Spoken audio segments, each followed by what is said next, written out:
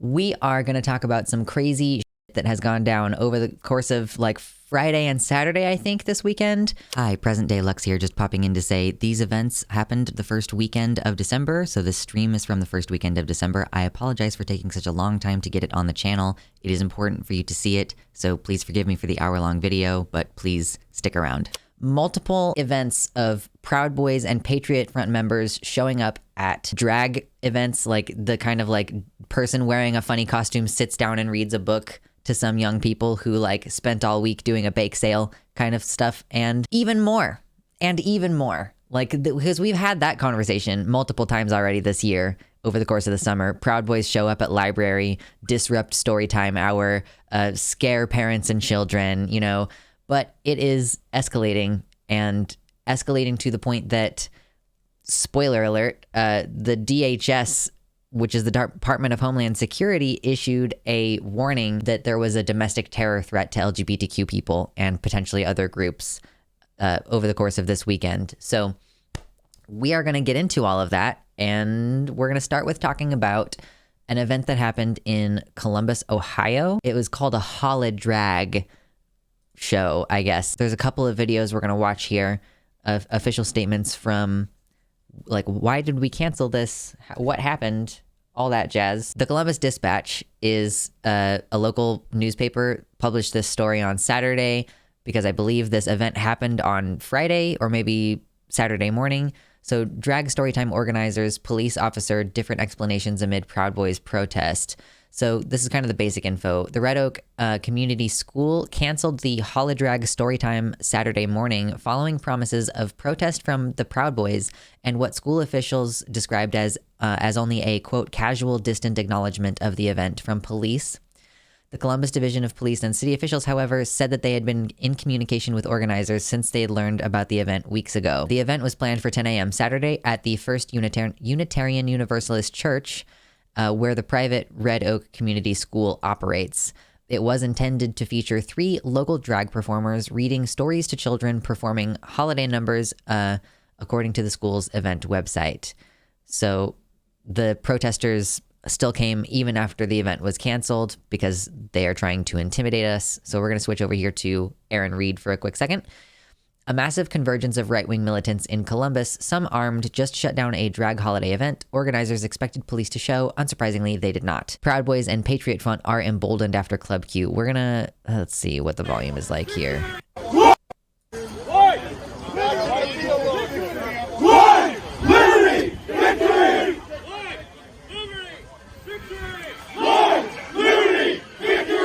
Now the sun goes away, it gets a little cold.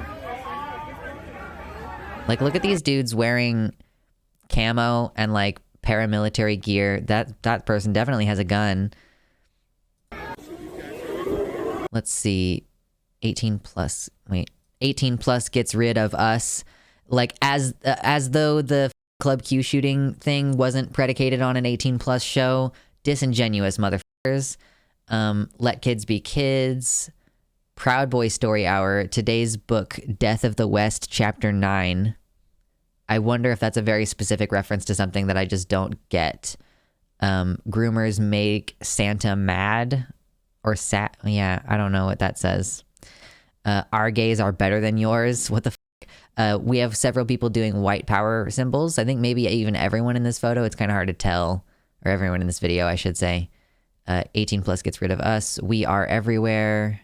What does this one say? Something anti-groomer. Not really sure what that one says. It's a little bit fuzzy back there. What does that say? Someone go home. Groomers go home, probably, if I had to guess. But one thing I gotta point out that really always amuses me is that Proud Boys wear piss yellow, which seems like an invitation. That's all I'm gonna say about that. Aaron Reed says, reminder that the cops will not keep us safe. We keep us safe. It is a shame that militants get to walk around Columbus parading their victory and brandishing weapons at a drag event. This gathering was organized in the immediate aftermath of Club Q. Yeah, the Proud Boys announced plans to disrupt Columbus drag story event. It was like that news article came out right after the Club Q shooting. Like there was going to be more protests from them. So we can hear the event organizer explain what happened regarding community defense and police.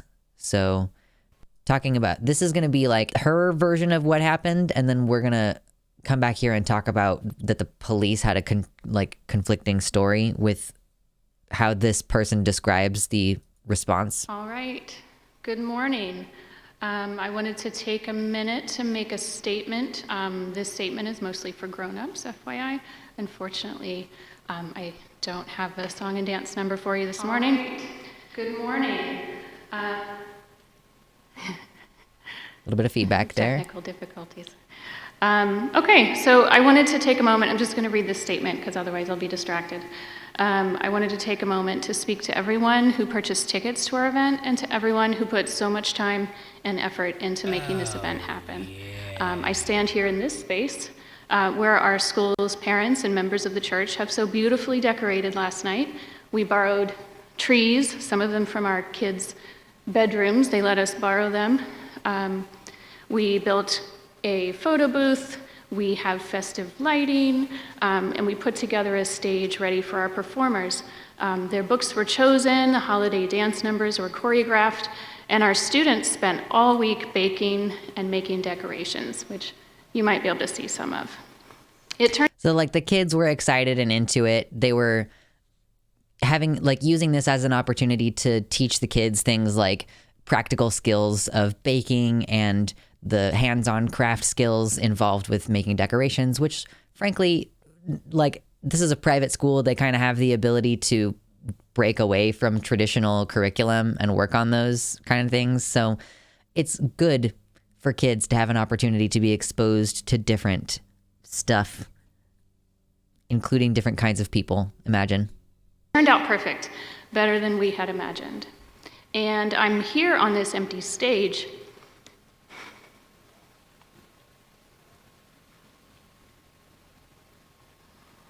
That's going to happen a couple times. Sorry. Because in the end, there was a disagreement about how this community should be best protected. There is a long documented and lived history of law enforcement doing harm to the LGBTQ community, among others, that continues to this day. Ignoring, defaming, abusing, and killing LGBTQ plus persons, most especially those who are Black and trans. It's pretty intense to just put that fairly upfront in your statement, IMO. But I'm proud of her for saying it. It's like, why would you say something so controversial yet so brave? Yeah. As even a cursory Google search will illustrate, it is no secret that extreme right-wing groups, including the Proud Boys, enjoy a cozy relationship with law enforcement. True. When the Proud Boys stated they would show up to intimidate and harass and bully our attendees and organizers, we had to make a decision about how we were going to keep everyone safe. I spent a week calling our police department and leaving voicemails about the reports we had seen. After a week, I was told we could hire a special duty officer who may or may not show up because they're understaffed. I was given an email address. In the meantime... That doesn't sound great. That's obviously from her perspective, unless that's a flat out lie, like the police make it sound later like she's just absolutely incorrect about this. That's pretty wild from the police, that they would be like, we will assign someone, but they may or may not show up because we might have more important things to do. A trusted community defense team with years of experience reached out with an offer to execute a thorough safety plan, including before and after event safety support, tech support, emergency plans, and a large on-site presence, all on a volunteer basis. They are members of the LGBTQ community who have a personal stake in ensuring this community's general safety. They gathered almost 200 people ready to create a perimeter shield and a barrier far from our building to keep things de-escalated outside. We took them up on their offer.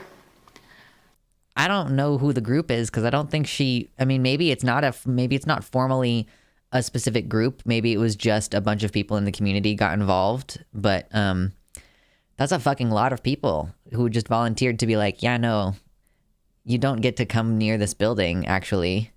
Local media ran articles without calling me to ask for comment, yet insinuating that we were working with the police, who assured us journalists were aware and monitoring, assured journalists that they were aware and monitoring the situation. In reality, the police had offered nothing and were not in touch with us. A community liaison had returned a phone call, and he told me he'd be out of the office next week, so if that's a problem, I don't know what to do about that. The city...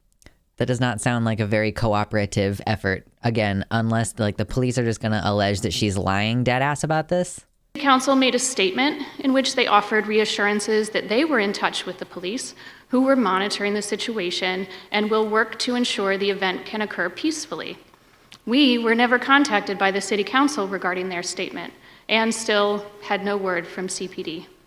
Yet I received hundreds of emails, calls, and messages from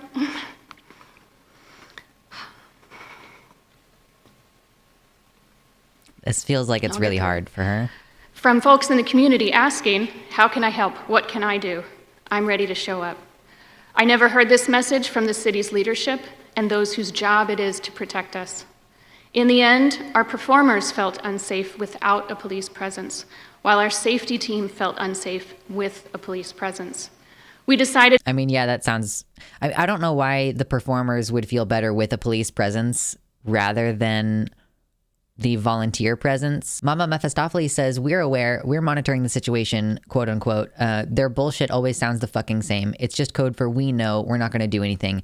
Yeah, it keeps being relevant to my brain recently, but that very, very recent video from Philosophy Tube about the NHS and bureaucratic inertia, like the lack of change and like how difficult it is to get things done within that system. It's non-performative speech. It's like by saying, like if you say like, we are listening to your feedback. It's like by saying that you're making the thing not happen. Like by saying like you're using that as a type of speech that actually is like in place of doing anything. You're saying you're listening, but you're not actually listening, you know? And that's kind of a similar thing here where they're saying like, we are monitoring the situation. And by saying that, they're like not actually doing it. Yeah, I don't know. She said it better. Go listen to her video. Moving on. It was not safe to proceed, and our Red Oak Planning Group made the call to cancel. While we felt strongly that the police's casual, distant acknowledgement of our event illustrated that they would not keep us safe, we also have to validate that our performers didn't feel safe unless there was law enforcement in the building. So it turns out our biggest problem wasn't the Proud Boys after all. I implore this community's leaders to consider how this could have gone differently, how they could have participated differently, how they could have supported us differently. How will they do better for the next drag story time when the Proud Boys threaten to show up again, which they will? She's right. How will our leadership work to create an environment where all members of our community feel safe? Those who might say, but you have to work with the police, are invalidating the lived experience of all who have had harm done to them by law enforcement and don't feel safe with them. They are not standing on principle. I mean, that's true. Like, and fair enough. Like the volunteers who were prepared to defend this event, she said that they were primarily made up of individuals in the LGBTQ community. And so they, as the private security, said, like, if you want to hire us, we don't want to be in cooperation with law enforcement. Like, we don't want to have to deal with law enforcement. To dismiss those who feel unsafe with the police is to turn a blind eye to the systemic issues of safety within this community. We have to do better. The world is getting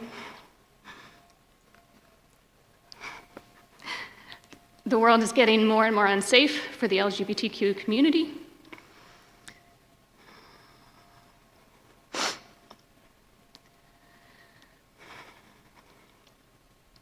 It's hard. The attacks are constant and getting worse. The fact that we are not able to successfully host this simple event shows the extent of the damage. We have to do better. Everyone all over the country who purchased tickets in solidarity, thank you so much. We felt your support. We sold almost 1,000 tickets to a children's storytime event after all. We raised over $5,000 for a local LGBTQ+ charity. We had more than 200 people attending this event in person, despite being scared. We're scared, but we're strong, and we will not go away or make ourselves smaller because someone bullied us. Please keep hosting these events in your communities. Keep marching, call your legislators. If you are a cis-het white ally, use your privilege and step up. Show up for this and other marginalized communities. Don't allow your advocacy to exist on social media platforms alone. Do the work. Thank you to the hundreds of people who have put so much of your time and resources into this event. You were willing to show up and do the work. Even though we weren't able to make this happen at the last minute, the outpouring of support in the face of extremists means something. Please continue to show up. Thank you for joining me this morning. Please hit up a drag show tonight and tip your queens. Thank you. That part at the end, it made me laugh a little bit, even though the rest of it is very sad. I wish they would stop saying LGBT and just be honest about who's at risk. It's the gender nonconforming populace. Well, Jimmy, I will say that it's not just trans people and gender nonconforming people who are at risk. The gay people are just directly adjacent to trans people. And, when the Club Q shooter goes to shoot up the gay bar that's going to be hosting a drag brunch, they do that not really caring that there's normal gay people there, you know what I mean? Or that the people there are just customers who may or may not even know about the drag event that's supposed to happen Sunday morning. Do you know what I mean? So I don't really know that you can say we should limit our we should explicitly say that trans people are the ones who are being unfairly targeted right this moment. But we're literally gay people are catching strays, very literally. They will go for the LGB as well. Yeah. They're just most vocal against us for the moment.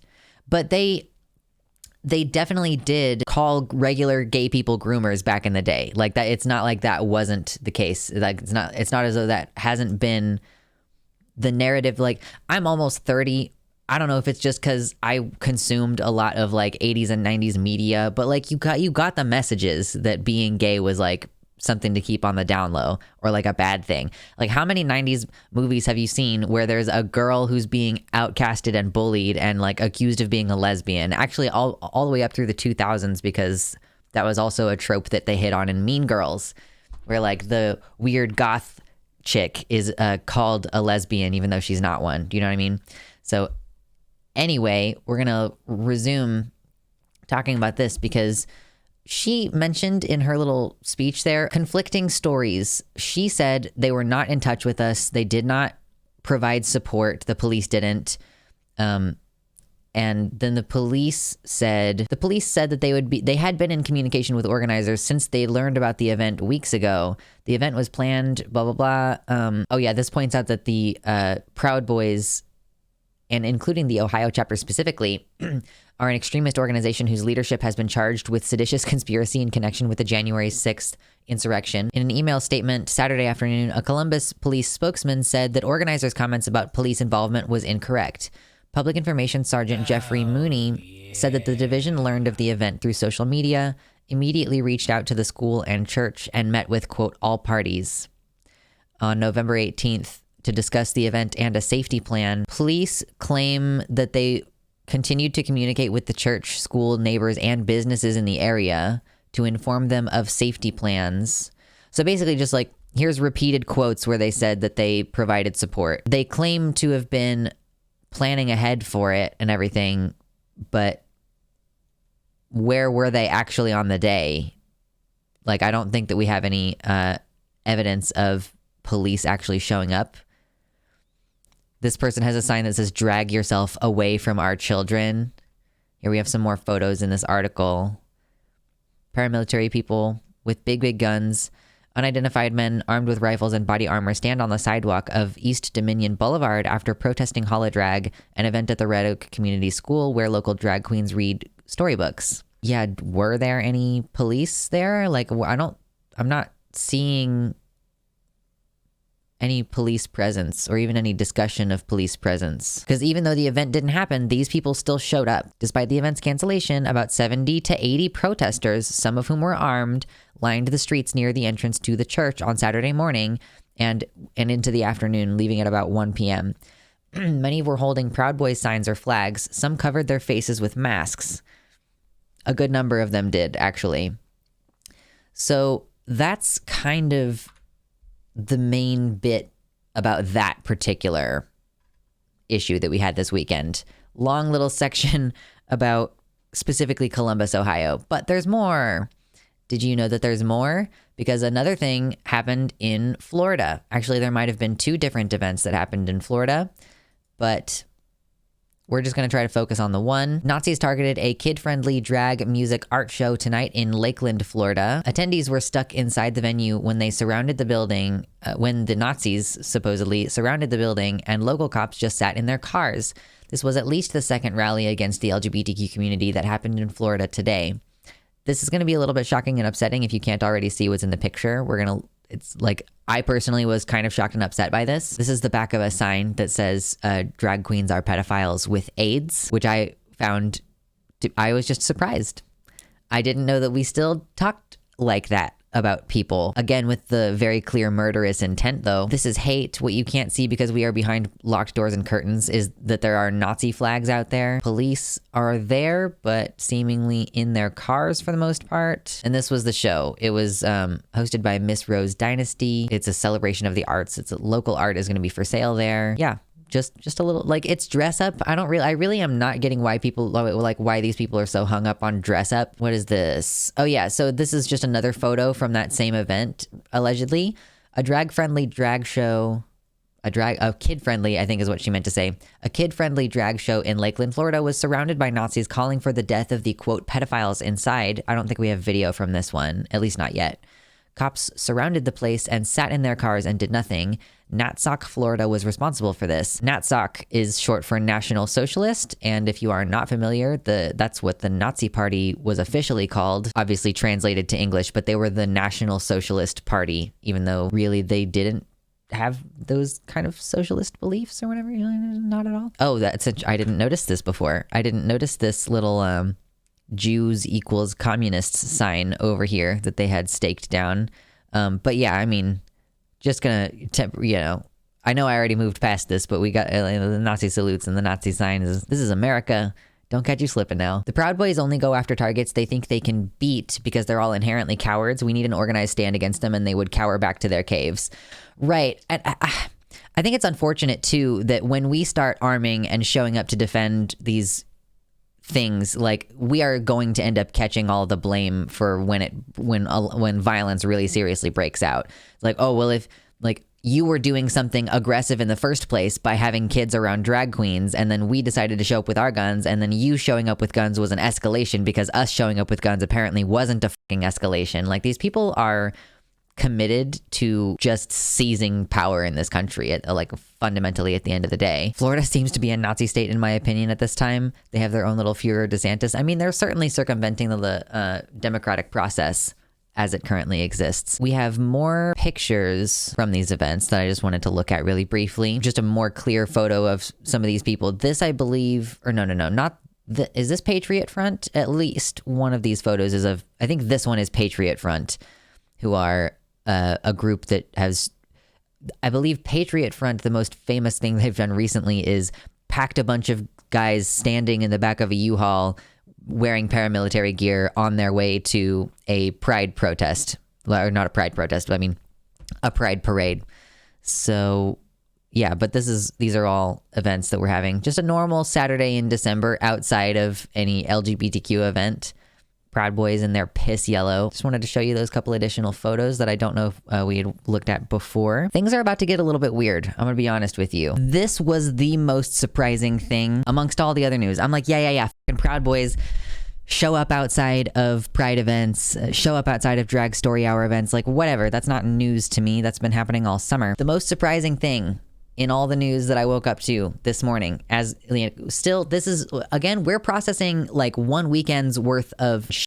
Apparently, there were some attacks on power stations, like electrical stations in North Carolina, Saturday night this weekend. Not only that, but like the Department of Homeland Security, that's what the DHS is, issued a warning of domestic terror threats to the LGBTQ community. In the past 48 hours, a man was arrested for threatening to murder a doctor in Boston. Like one of the people who, actually, I think now 3 people who've sent bomb threats to the Boston Children's Hospital because they provide hormones and puberty blockers, I guess. They have been arrested and charged, or they're in the process of being charged for threatening to murder a doctor. Also, fascists showed up armed to drag events in Ohio and Florida. And then fascists shot up power stations in order to stop a drag show, apparently. Like, what? That sounds fucking insane. So we're gonna, listen, we're gonna get into that, okay? If you also, hit like on the video, please. So here's this first little bit. DHS warns of domestic terror threats to LGBTQ, Jewish, and migrant communities. So it's not just us. Americans motivated by violent ideologies pose a, quote, persistent and legal threat, says a senior DHS official in a briefing about a new terrorism advisory system bulletin. That's pretty intense. It's not like we didn't know that, but I guess it's good the Department of Homeland Security is acknowledging it. This is the post from Moore County Sheriff's Office in North Carolina. Moore County Sheriff Ronnie Fields reports that the mass power outage across the county is being investigated as a criminal occurrence. Just after 7 p.m. on Saturday evening, December 3rd, several different communities across Moore County began experiencing power outages. As utility companies began responding to the different substations, evidence was discovered that indicated that intentional vandalism had occurred at multiple sites.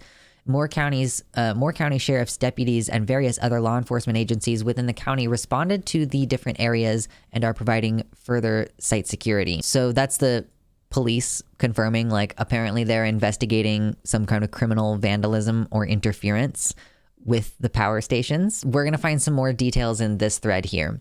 Tonight, there are unconfirmed reports coming out of Moore County, North Carolina, of 3 substations being shot up with firearms simultaneously to cut power to a drag show. Reportedly, nearly 40,000 people in Moore County are currently without power. So that number 40,000, I confirmed in it's also been posted in a CNN article that the website for the electrical company that provides electricity in that part of North Carolina is confirmed 40,000 people woke up without power this morning, and some in the adjacent, I believe it was Rook County or something like that. Emily Rainey, who is a former Army officer who resigned after the Army launched an investigation into her participation in the January 6th attack, posted this about the power outage. So once again, calling to mind that the Proud Boys are under investigation for participation in the January 6th attack as well. So Emily Grace says, the power is out in Moore County, and I know why. In a follow-up post, Rainey tagged Sunrise Theater, which is where the drag show was being held, and she wrote, "God will not be mocked," above what appears to be a photo of the building tonight during the power outage. God will not be mocked. Picture of the place. This person posted a tweet appearing to endorse the firearms attack on the substations and then edited the tweet to remove an approving hashtag. The original tweet read, "Breaking, a family-friendly drag queen event in Moore County, North Carolina was canceled due to a massive power outage. Reports are now coming in that the substations were damaged by firearms. Hashtag protect children. Hashtag I'm okay with it." She edited out that last bit. The I'm okay with it. Sneaky. You didn't know that your edits were public, did you, dumb? I'm worried for residents of Moore County who rely on life-sustaining medical equipment and just had the power go out. True. This attack has immediately put lives in danger, to say nothing of the campaign of terror being waged against LGBTQ people. And then Rainey's update on being visited by the Moore County Sheriff's Office about after her post referencing the attack. The police came by and she says, "The Moore County Sheriff's Office just checked in. I welcomed them to my home. Sorry they wasted their time. I told them that God works in mysterious ways and is responsible for the outage. I used the opportunity to tell them about the immoral drag show and the blasphemies screamed by its supporters. I told them God is chastising Moore County, thanked them for coming, and wished them a good night. Thankful for the LEO's service, as always." Well, I kind of feel like, if she doesn't get arrested for lying, I don't know. This is one of those moments where I really want to be mean and say as long as the system of restraining people in psych wards is going to be normal, she needs to be in one. But I don't agree with their existence in general, so I get caught in a hard place between wanting to wish people harm and also being against harm as a concept. So great. Love that for me. We also now have unconfirmed reports of looting at a Walmart and a local gun store. Here's the statement from Moore County's Sheriff's Office, of course, again. Here's another update from Moore County Sheriff's Office on a presser scheduled today for 4 p.m. Sheriff Ronnie Fields announces that there will be a press conference today, December 4th at 4 p.m. about the mass power outage in Moore County. So for further context, this was not marketed as an all-ages drag show. A local resident emailed me the graphics describing the event, and it clearly states only 18 plus will be permitted, and nowhere does it contradict that. Downtown Divas, a live drag experience. Join us December 3rd at 7 p.m. for the first drag show. Thank you for sponsoring us. Sold out. No one under the age of 18 will be permitted. ID is required for all guests. A live drag show hosted by blah must be 18 plus to attend. Performance may contain mature themes. There you go. Another resident of Moore County sent this video and said people are trying to leave Moore County. This is the US 1 at the tramway. Traffic is at a standstill everywhere leaving MoCo. A local resident also confirmed the drag show continued after the power outage, with guests using their phone flashlights to light the place up. Oh, that's really sweet. Safe space. We also are the arms that are around you to carry you through this fight that will never end, but will only continuously get stronger with your motherfucking support.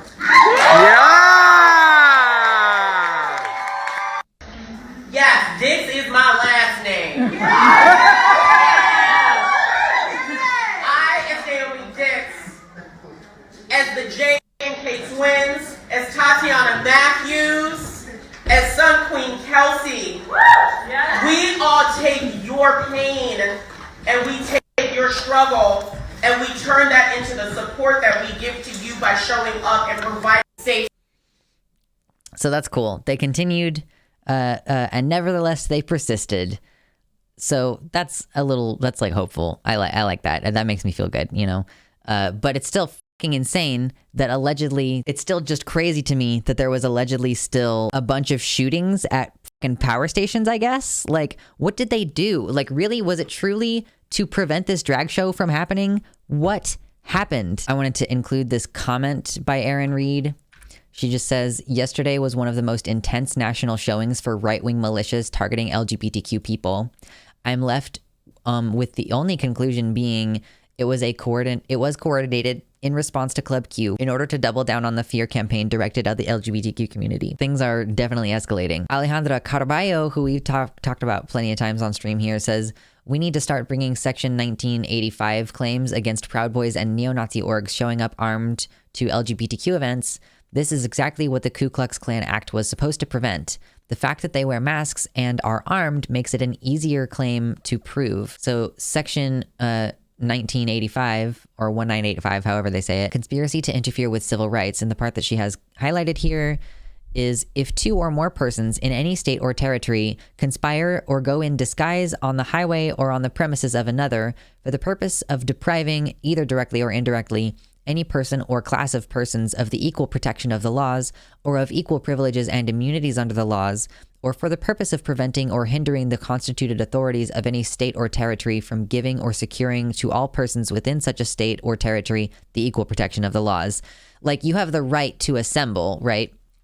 So if the Proud Boys are showing up in groups in disguise on premises to try to intimidate you from exercising your civil liberty to gather, your civil liberty to speech or whatever, that is in conflict with this US code. So with all that kind of laid out, this is what I'm talking about when I say like this section is going to be a little bit of a deep dive, because not only are we talking about all the current events and giving my opinion about those current events, but we're also going to be looking into some history rhyming kind of things going on here. Sturmabteilung is it means storm detachment. It's the original paramilitary wing of the Nazi Party. Paramilitary, an organization whose structure, tactics, training, subculture, and function are similar to those of a professional military, but it is not part of a country's official or legitimate armed forces. So paramilitary, you could also say militia. This played a significant role in Hitler's rise to power throughout the 1920s and 1930s. The primary purposes were providing protection for Nazi rallies and assemblies, also disrupting the meetings of opposing parties, and fighting against the paramilitary units of the opposing parties, especially these couple ones, and intimidating Romani trade unionists and especially Jewish people. These were colloquially called the brown shirts because of the color of the uniform shirts. The official uniform was a brown shirt with a brown tie. Just pointing out that the Proud Boys are a paramilitary group who are doing the same things here. They also were party to the destruction of the Hirschfeld Institute. We've looked at this Wikipedia page before. The Institute for Sexual Wissenschaft, which provided hormones and studied trans people and helped hook up trans people with bottom surgeons. The first woman thought to have ever received a vaginoplasty for a transition related reason, perhaps likely died in one of the raids, so there was a raid and a destruction of all the books there on May 6, 1933. So earlier in the day, there was a student militia or something. So the German Student Union made an organized attack on the Institute of Sex Research. They broke into the building, destroyed much of what was inside. The leader of the students gave a speech before the institute. It's presumed that Dora Richter, the first person known to undergo female-to-male reassignment surgery, might have been killed. And then later in the day, oh, look at that. What does that say? Members of the Sturmabteilung appeared later in the day to continue looting the institute. Paramilitary, supporting Adolf Hitler's rise to power, participates in the looting at least, of the Hirschfeld Institute for Sexual Study. Huh. Weird. Now, even further, this one we're going to go into more detail on. We're just mining Wikipedia. Persecution of homosexuals in Nazi Germany. The Nazis were influenced by earlier ideas conflating homosexuality, child molestation, and the seduction of youth. Before the Nazis' rise to power, there was a widespread belief among Germans that homosexuality is not inborn, but instead could be acquired and spread. The Nazis were particularly concerned that their all-male organizations, such as Hitler Youth SS and SA is that one that we kept talking about earlier, they must not be seen as hotbeds of homosexual recruitment. Based on the theories of Karl Bonhoeffer and Emil Kraepelin, the Nazis believed homosexuals seduced young men and infected them with homosexuality, permanently changing their sexual orientation. The rhetoric described homosexuality as a contagious disease, but not in the medical sense. Rather, homosexuality was a disease of the national body, or Volkskörper, which is a metaphor for the desired national or racial community. The Nazis, especially Himmler, held conspiratorial beliefs about homosexuals, believing that they were more loyal to each other than to the Nazi Party and Germany. After the Rome Purge, he told Gestapo personnel they had narrowly avoided the capture of the state by homosexuals. In 1937, a headline in the SS magazine Das Schwarzkorps declared homosexuals, quote, enemies of the state, explaining that they must be eradicated because, quote, they form a state within a state, a secret organization that runs counter to the interests of the people. The newspaper argued only 2% of those who engaged in homosexual acts were committed homosexuals, and the rest could be turned away from homosexuality. 40,000 homosexuals were considered capable of, quote, poisoning 2 million men if left to roam free. Homosexual men were also considered to be shirking their duty to repopulate the German nation after World War I and create sons who could be drafted into the military to fight Hitler's planned wars of aggression. On 18 February 1937, Himmler gave a speech about homosexuality in Bad Tolz that was based on the 1927 book Eroticism and Race, which claimed that homosexuality was a Jewish plot against Germany. According to Himmler, homosexuality could lead to the end of Germany and cause depopulation by reducing the number of men who were available for reproduction. I mean, why would that be a problem? You just have more guys with harems. Why would that be bad? The Nazis distinguished between congenital homosexuals who would require permanent imprisonment and others who had engaged in homosexuality but were thought to be curable with a short stay in a concentration camp or from psychiatric treatment. Distinguishing between these categories was a difficulty that preoccupied the Nazis, especially after many cases of homosexuality surfaced in the supposedly racially pure SS. Succumbing to a homosexual act once, especially when drunk, was not necessarily considered evidence of homosexual inclination. It's not gay if you drunk, though. The Göring Institute offered treatment to homosexuals referred by Hitler Youth and other Nazi organizations. By 1938, it claimed to have changed the sexual orientation of 341 out of 510 patients, and by 1944, it claimed to have eliminated homosexuality in more than 500 men. The institute intervened to reduce sentences in some cases. And converse of the Nazis' persecution of homosexuality was their encouragement of heterosexual relations, including extramarital sex, for racially desirable people. They didn't believe in only sex within marriage, I guess. After 1934, homophobia became a regular theme within Nazi propaganda. Most Germans came into contact with this homophobic propaganda at some point, although one of the Nazi regime's goals was to eliminate all manifestations of homosexuality in Germany. There was never a Nazi policy of exterminating all homosexuals in the way that the final solution targeted Jews. Like, they maintained this separation of sometimes you can change the sexual orientation of these men, but some of them do need to be permanently kept in camps and stuff. That's like the Nazi views on homosexuality, and I'm bringing it up obviously because it's like, not only do we have neo-Nazi behavior happening everywhere, but also like all of the rhetoric against us right now is predicated on the idea that we're child molesters, that we're trying to groom kids, that you can change sexual orientation by like seducing youth at a certain age. Like, it's literally like the seduction of youth. That's what they're so concerned about. And because they were so concerned about that, here's what they did. There was a crackdown on homosexual subcultures in Prussia in 1932. Some homosexual bars and clubs in Berlin had to shut down after police raids. So we're talking like 1933. So in January 1933, the Nazi Party took power. Immediately, the real and perceived enemies were subject of a violent crackdown. 23rd February that year, Prussian Ministry of the Interior ordered Berlin police to shut down any remaining establishments catering to, quote, persons who indulge in unnatural sexual practices. This order was extended to other parts of Germany. In Cologne, almost all gay bars were forced to close. In Hanover, all had closed by the end of the year. In Hamburg, police targeted both prostitutes and homosexual spaces, including the main train station, public toilets, and gay bars, leading to a more than six-fold increase in indictments under paragraph 175 by the time that the year changed over to 1934. The anti-homosexual crackdown was intended to please the Nazis' conservative backers who had put them into power, as well as socially conservative voters. Wow, I've never heard that before. Both the Vatican and Protestant churches praised the crackdown, of course. For example, October 1933, Clemens, I don't want to try to say any of that right now, the Bishop of Munster wrote approvingly of the Nazis' efforts to, quote, eradicate the open propaganda for godlessness and immorality. In March 1933, Nazi authorities began to confiscate printed material on homosexual topics. Any LGBT-related magazines that had survived previous censorship were closed down and copies were burned. Publishers were targeted. Adolf Brand's house was raided 5 times, and police stole all of his photographs, 6,000 magazine issues, and many books. Another company was subject to similar raids. During the Nazi takeover, German Jewish homosexual rights campaigner Magnus Hirschfeld was abroad on a lecture tour, and while he was gone, the previously mentioned library of more than 12,000 books was publicly burned. On June 8th, the law reform organization Scientific Humanitarian Community voted to dissolve itself. In 1933, many homosexual organizations attempted to destroy membership lists and other information the Nazis could use to target dissidents. I mean, yeah, if you had like known lists of trans and queer people, you would have to destroy them. Some homosexuals, including Thomas and Klaus Mann, went into exile.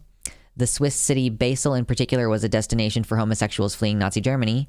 Other homosexuals of a more right-wing inclination, including Hans Bleuer, who initially welcomed the Nazi takeover, remained in Germany.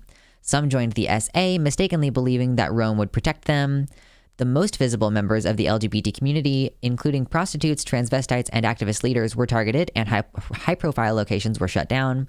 The average homosexual's daily life, however, probably would not have changed, and some gay bars in Hamburg and smaller cities remained open.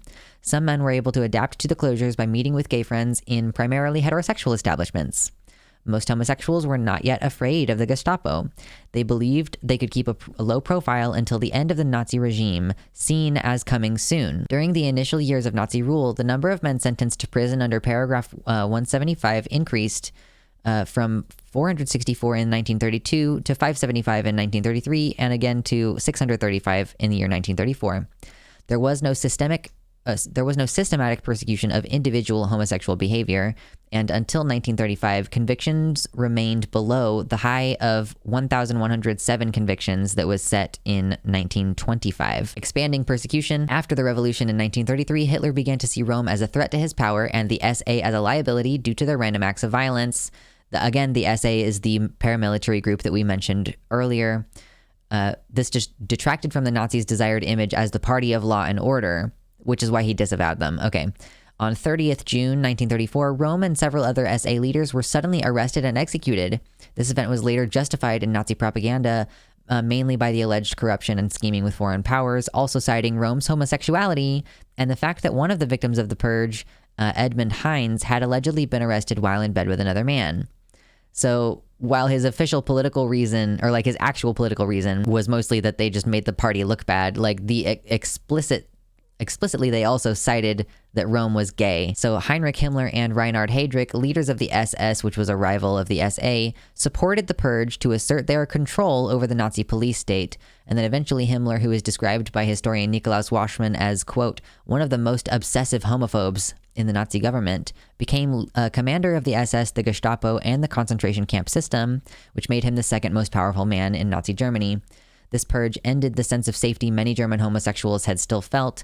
Some homosexual Nazis ceased participating in the party, while others, themselves former perpetrators of violence against Nazi opponents, became victims. Remember that sign that we looked at earlier that said, "Our gays are better than yours"? Anti-gay repression began immediately after the purge, initially focusing on alleged homosexual cliques in the party and state bureaucracy.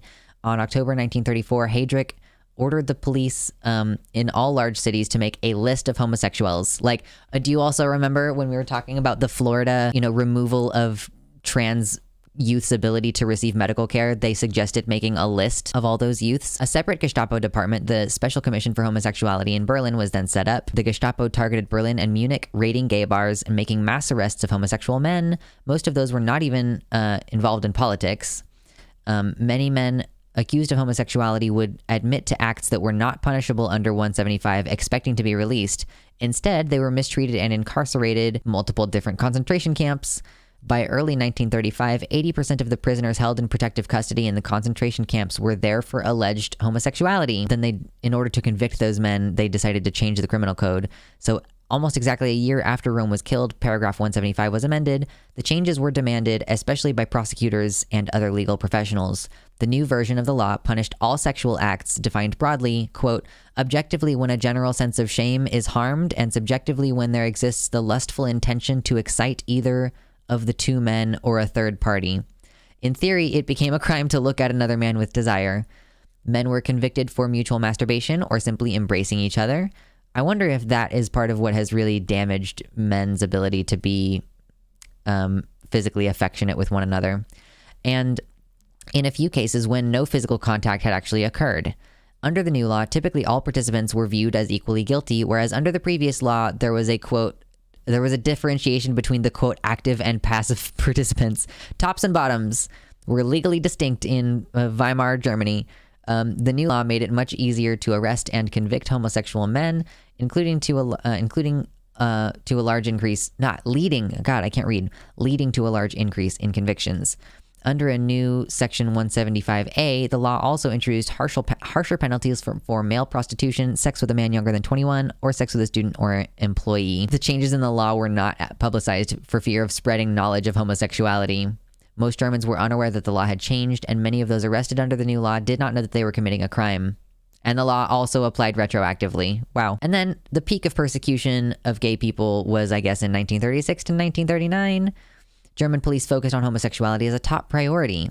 In 1936, the Special Commission for Homosexuality in Berlin became the Reich Central Office for the combating of homosexuality and abortion.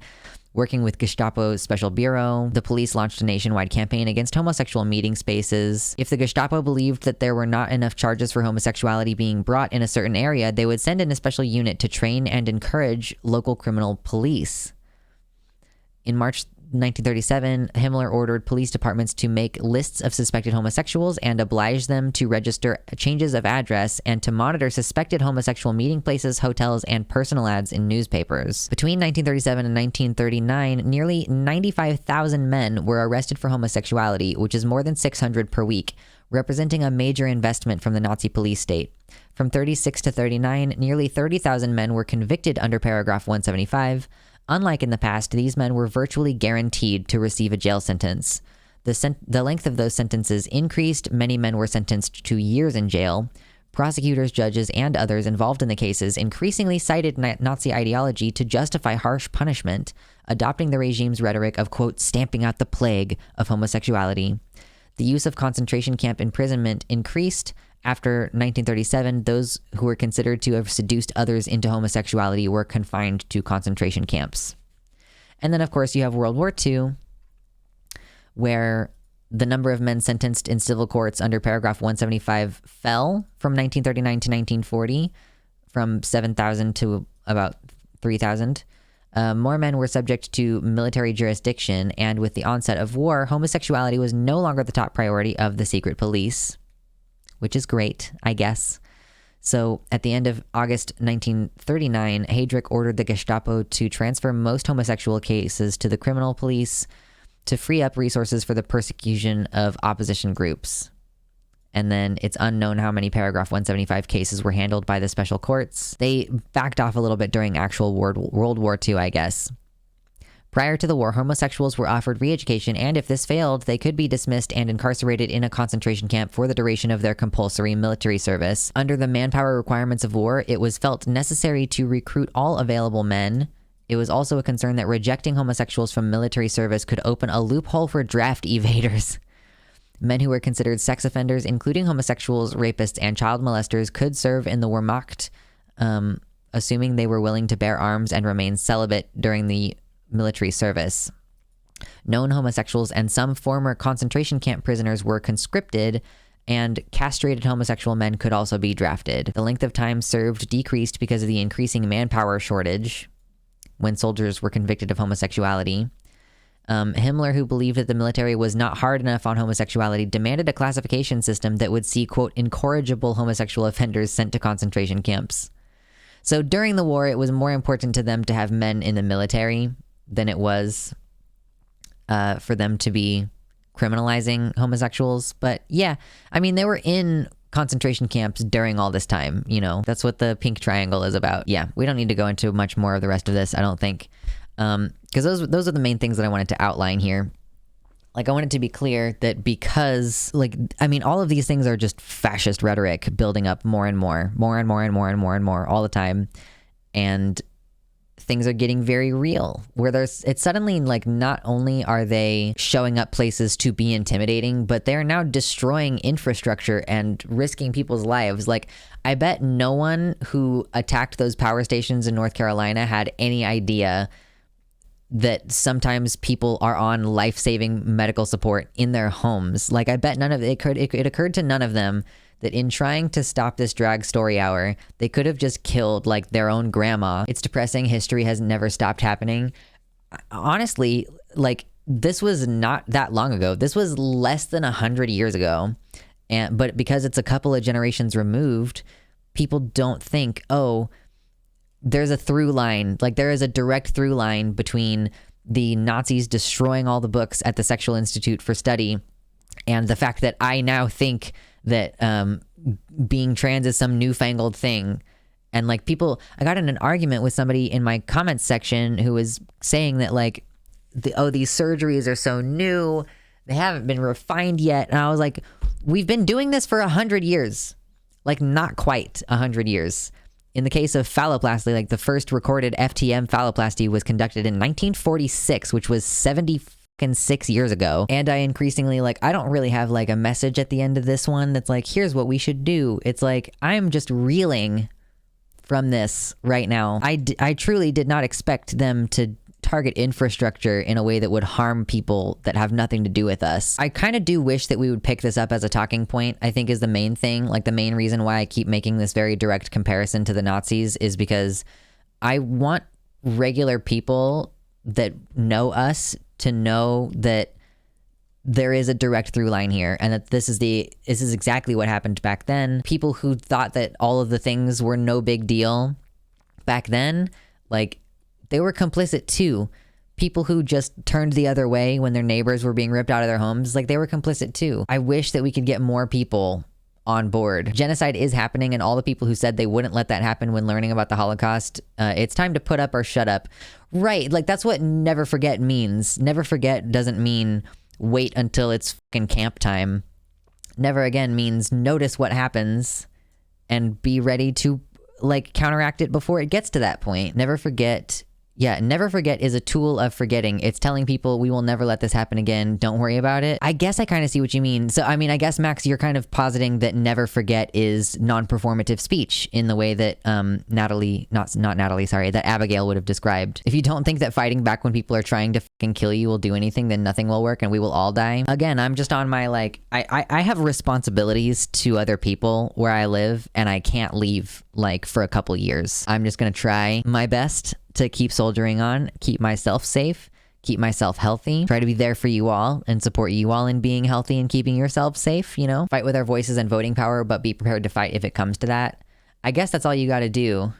Thank you so much for watching. It's March, which means it's my birthday month, which means it's a great time to join up on Patreon if you'd like to do that. I want to shout out some of my patrons today. We have Tiago Nascimento, Mersh Rolvak, Jovian F. Gaudreau, Amanda B., Danielle McDonald, Sarah A., Athiette, Michelle Winter, R. Halverson, Wellington Marcus, Elizabeth Bartell, Suzanne Maynard, Nova, Sojo, Mr. Atheist, and Kevin Young.